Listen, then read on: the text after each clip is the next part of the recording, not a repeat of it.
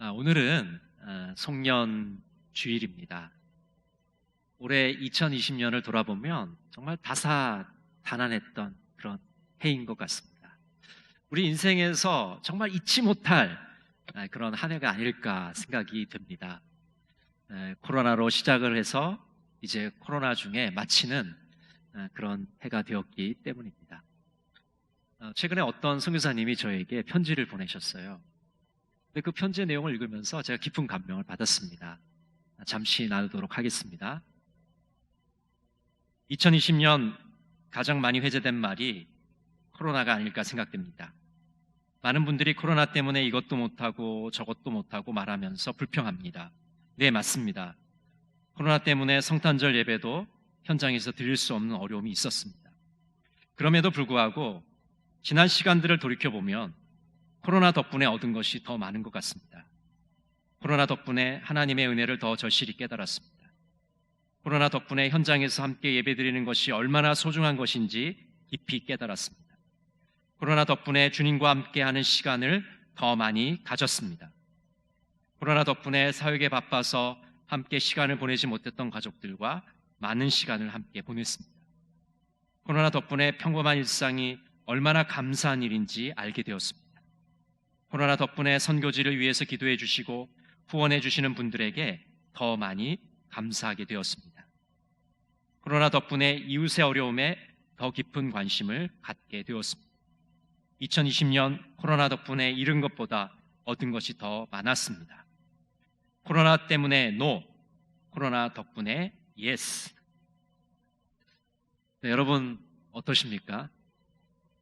올 한 해를 마감하면서 우리는 코로나 때문에입니까? 아니면 코로나 덕분에입니까? 코로나 덕분에라고 고백하시며 한 해를 마감하시는 복된 시간이 되시기를 간절히 바랍니다. 종교개혁자 마틴 루터가 청소년기를 보낸 독일 아이제나 집 앞에는 한 비석이 세워져 있습니다. 그 비석에는 다음의 글이 새겨져 있다고 합니다. 그리고 내일 세상이 멸망함을 알지라도 나는 오늘 사과나무를 심겠다. 여러분, 그리스도인은 어떤 사람입니까? 코로나로 힘든 이 시기에도 사과나무를 심는 사람입니다. 종말의 때에 자신의 사명과 책임을 잘 감당해 나가는 사람입니다. 주님의 날, 종말의 때가 점점 다가오는데 우리는 어떻게 살아가야 할까요? 오늘 본문을 통해서 그 대답을 듣기를 원합니다. 오늘 말씀은 주님의 재림에 대해서 말씀하고 있습니다. 재림의 확실성에 대해서 언급하고 있죠. 오늘 베드로후서 3장 8절부터 10절에서는 거짓 교사들에 대해서 반박하고 있습니다. 11절부터 13절에는 마지막 권고가 주어져 있습니다. 거짓 교사들은 재림이 없다고 주장합니다. 세상은 옛날이나 지금이나 똑같다. 앞으로도 그럴 것이다. 이런 주장에 대해서 베드로 사도는 정면으로 반박합니다. 재림은 확실히 있다고 말씀하고 있는 것이죠. 먼저 베드로 사도는 하나님의 시간표와 사람의 시간표가 다르다고 말씀합니다.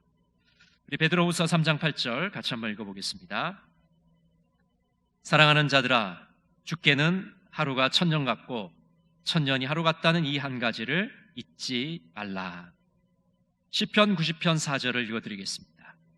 주님 앞에서는 천년도 지나간 어제와 같고 밤의 한순간과도 같습니다. 하나님께는 천년이 하루 같고 하루가 천년 같다고 말씀하고 있습니다. 하나님의 시간과 우리 인간의 시간이 다르다고 말씀합니다. 하나님이 시간을 보는 관점과 우리 인간들이 보는 그 시간의 관점이 다르다는 것이죠. 그렇기 때문에 우리가 계산하는 우리의 시간 안에 하나님을 두게 되면 하나님의 일하심을 제한하게 됩니다. 오히려 우리는 믿음으로 하나님의 시간을 기다려야 합니다. 우리가 가지고 있는 이 인간의 시간표를 내려놓고 하나님의 시간표를 붙잡아야 되는 것이죠. 복음성가 중에 주님의 시간에라는 복음성가가 있죠. 주님의 시간에 그의 뜻 이루어지리 기다려. 하루하루 살 동안 주님 인도하시리 주 뜻 이룰 때까지 기다려. 여러분, 우리는 하나님의 시간을 기다려야 합니다. 그렇다면 주님의 재림이 지연되는 이유는 무엇일까요? 우리 3장 9절 말씀을 같이 한번 읽어볼까요? 주의 약속은 어떤 이들이 더디다고 생각하는 것 같이 더딘 것이 아니라 오직 주께서는 너희를 대하여 오래 참으사 아무도 멸망하지 아니하고 다 회개하게 이르기를 원하시느니라. 종말이 지연되는 이유는 하나님께서 사람들에게 기회를 주시기 위해서입니다. 여러분, 어떤 기회입니까? 회개할 기회를 주시기 위해서 종말이 지연되고 있는 것입니다. 하나님은 우리가 회개하기까지 오래 참으십니다. 베드로후서 3장 15절 상반전에 이렇게 말씀합니다. 또 우리 주의 오래 참으심이 구원이 될 줄로 여기라. 디모데전서 2장 4절은 이렇게 말씀합니다. 하나님은 모든 사람이 구원을 받으며 진리를 아는 데 이르기를 원하시느니라. 여러분, 하나님은 한 사람이라도 구원을 더 받기를 원하십니다. 한 사람이라도 더 진리에 이르기를 원하십니다. 그래서 우리에게 기회를 주시고 있는 것이죠. 재림의 지연은 하나님이 우리 인간을 용서하시려는 의지를 보여주시는 겁니다. 모든 사람들이 그리스도의 복음에서 그 구원의 길을 발견할 수 있는 기회를 우리에게 주시는 것입니다. 여러분, 코로나19는 우리에게 위기이자 기회입니다. 코로나19는 먼저 우리에게 위기가 되었습니다. 모든 현장 예배를 드릴 수가 없고 친교를 할 수가 없고 대면하는 모든 사역들이 그치게 되었습니다. 그런데 이 코로나19로 인해서 우리 한국교회가 나아갈 방향을 배우게 된 것이죠. 비대면으로 예배 드리는 방법, 비대면으로 선교하는 방법, 그리고 이 사회와 함께하는 방법을 배우게 되었습니다. 교회가 새로워지지 않으면 생존조차 불가능하다는 사실을 우리는 깨닫게 된 것이죠. 이처럼 재림의 지연은 하나님께서 주시는 기회입니다. 우리는 이 기회를 놓치지 말아야 합니다. 우리는 재림의 때를 어떻게 살아가야 할까요? 우리 3장 10절 말씀을 같이 한번 읽어보겠습니다. 그러나 주의 날이 도둑같이 오리니 그 날에는 하늘이 큰 소리로 떠나가고 물질이 뜨거운 물에 풀어지고 땅과 그 중에 있는 모든 일이 드러나리로다. 재림의 때가 도둑같이 온다고 말씀합니다. 하나님께서는 우리에게 회개할 기회를 주시기 위해서 재림을 지연시키고 오래 참으시지만 그 오래 참으심은 영원하지 않다는 것입니다. 갑자기 호련히 주의 재림은 찾아오게 되는 것입니다. 우리가 예상하지 못하는 그 순간에 주님은 재림하십니다.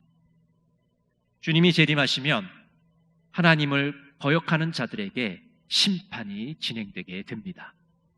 오늘 3장 10절에 보면 하늘이 큰 소리로 떠나가고 라고 말씀합니다. 이 하늘이 큰 소리로 떠나간다는 말은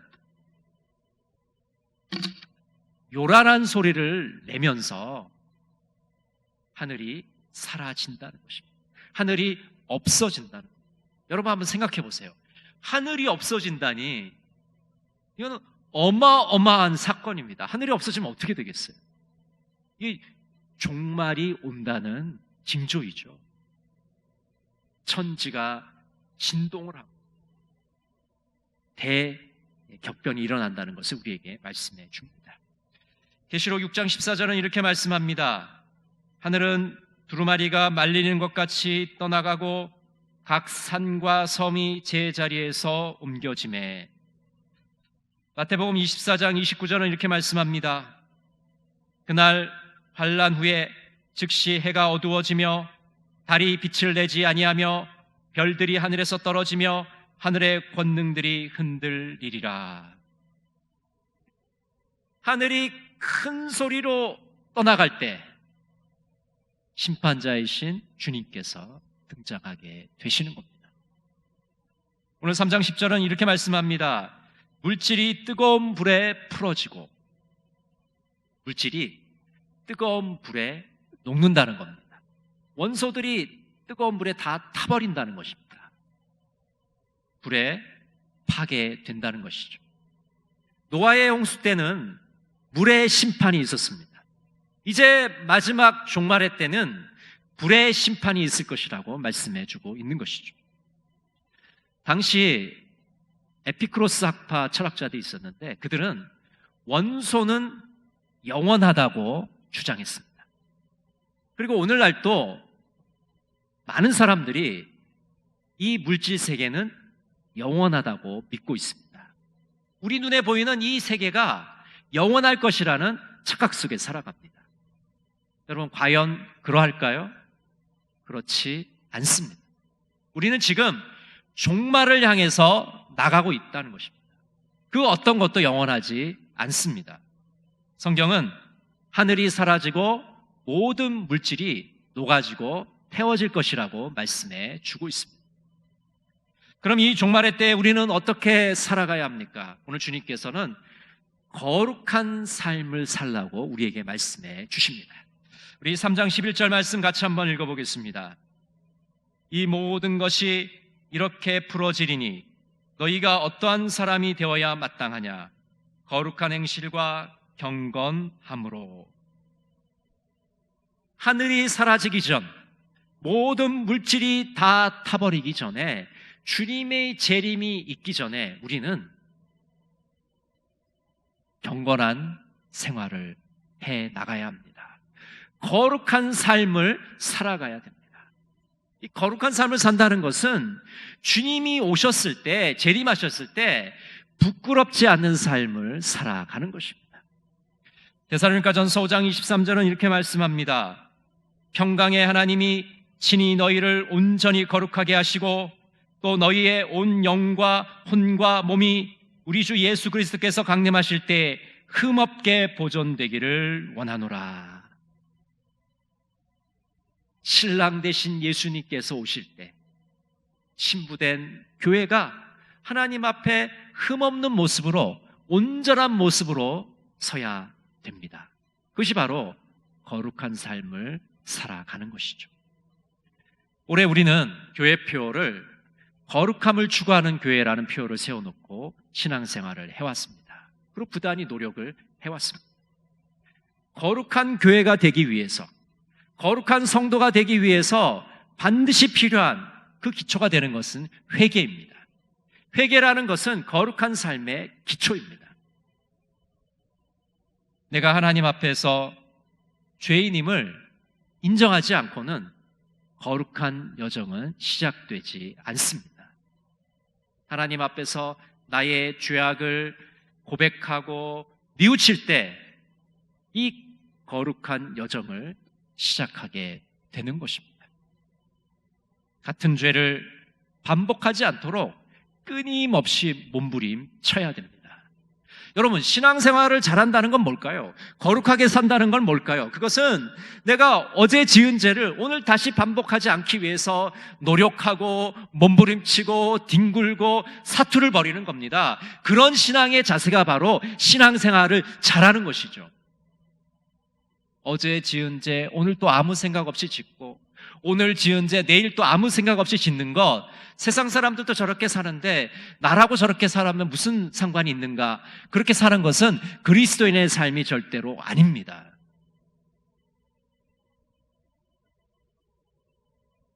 마치 개가 그 토한 것을 다시 먹는 것처럼, 돼지가 씻고 다시 더러운데 눕는 것 같은 그런 삶을 살지 않기 위해서 부단히 노력하고 몸부림치는 것이 바로 우리 신앙인의 삶이 되어야 하는 것이죠.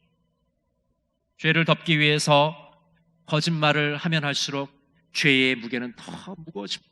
그러나 우리가 거짓말을 내려놓고 하나님 앞에 솔직하게 우리의 죄악들을 고백하게 되면 우리의 죄의 짐은 가벼워지는 것을 경험하게 됩니다. 우리는 회개를 하고 주님을 믿으면서 주님을 닮아가야 하는 것이죠. 끊임없이 주님에게까지 자라가야 됩니다. 이것이 우리 신앙생활의 목표입니다. 여러분, 우리가 예수 믿으면서 신앙생활의 목표가 예수 믿고 아파트 사는 거, 예수 믿고 차 사는 거, 예수 믿고 부자 되는 것이라고 한다면 그것은 신앙생활의 목표라고 할 수가 없습니다. 우리가 신앙생활을 잘하면 그런 것들은 하나님이 열매로서 주시는 겁니다. 부산물로 주시는 겁니다. 그것 자체가 목표가 아닙니다. 우리의 목표는 예수님을 닮아가는 겁니다. 우리의 생각이 예수님을 닮아가고 우리의 언어가 예수님을 닮아가고 우리의 행동 하나하나가 예수님을 닮아가는 것이 바로 신앙생활의 목표가 되어야 하는 것이죠. 이것은 성령의 능력으로만 가능합니다. 우리가 성령 충만하지 않으면 이런 변화를 도저히 경험할 수가 없는 것이죠. 에베소서 5장 18절을 이렇게 말씀합니다. 술 취하지 말라. 이는 방탕한 것이니 오직 성령으로 충만함을 받으라. 성도 여러분 중에 아직도 술을 못 끊고 담배를 못 끊으신 분이 계십니까? 성령의 새 술을 마시기를 원합니다. 성령의 충만함을 간구하고 사모할 때 우리의 경건 생활을 막는 모든 것으로부터 우리는 자유하고 해방될 것을 믿습니다.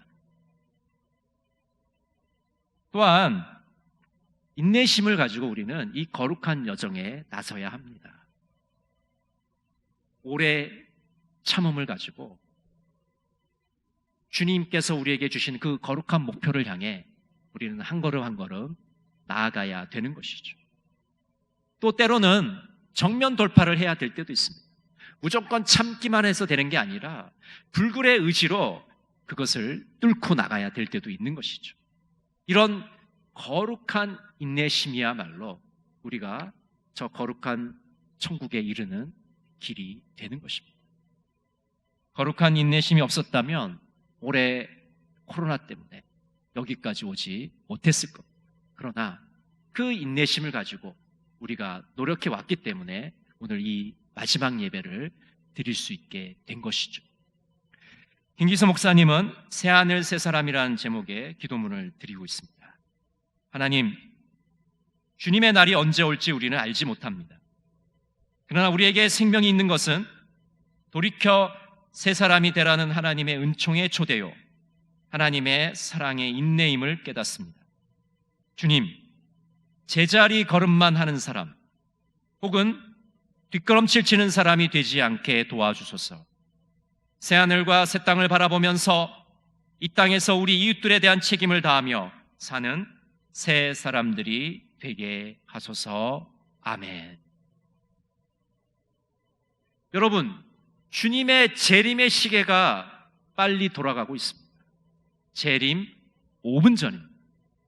하늘이 큰 소리로 사라지고 원소들이 불에 녹아버릴 때, 주님께서 재림하실 날이 점점 가까이 올 때 우리는 거룩한 삶을 살아가야 됩니다. 거룩한 행실과 경건함으로 하나님께 영광 돌리시는 우리 동강의 모든 성도들이 되시기를 간절히 바랍니다. 기도하겠습니다. 사랑의 하나님, 2020년 참으로 어려운 시간을 보냈습니다. 그러나 하나님께서 보호해 주시고 인도해 주셔서 송년 예배를 드립니다. 주님의 재림의 때가 가까이 오고 있는데 거룩한 삶으로 하나님께 영광 돌리게 하옵소서. 예수님의 이름으로 기도드립니다. 아멘.